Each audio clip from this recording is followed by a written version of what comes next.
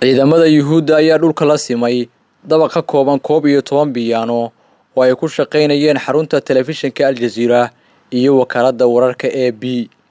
Israa'iil ayaa Al Jazeera u taqaan warbaahin u adeegta muslimiinta oo la safan reer Falastiin, waxayna muddo u arkaysay halis bariga dhexe la degan oo faafinaysa xasuuqa iyo gaboodfallada ay geysanayaan ciidamadeedu, taasi oo goor dhoweyd diyaaradaheeda qumaatiga u kaca ku duqaysay xaruntii wararka Al Jazeera ee Falastiin ku tiilay.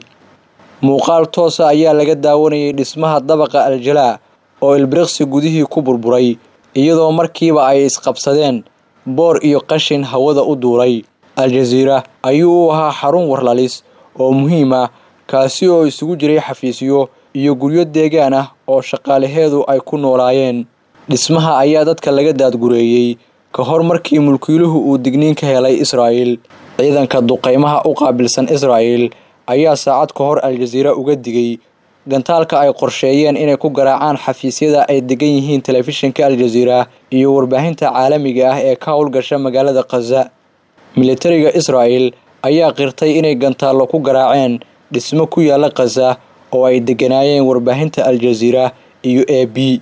Bayaan ka soo baxay militariga Yuhuudda oo la soo dhigay barta Twitter-ka ayaa lagu sheegay in dhismaha Gaza Tower uu dhex yaalay agab militari oo ay lahaayeen ururka Xamaas, isla markaana ay gabaad ka dhiganayeen halkaas.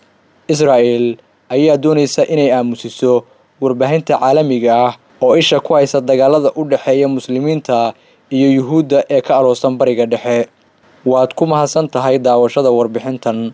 Like saar bogga Maxamed Muuse Tarsan oo sii sheer gareey muuqaalkan.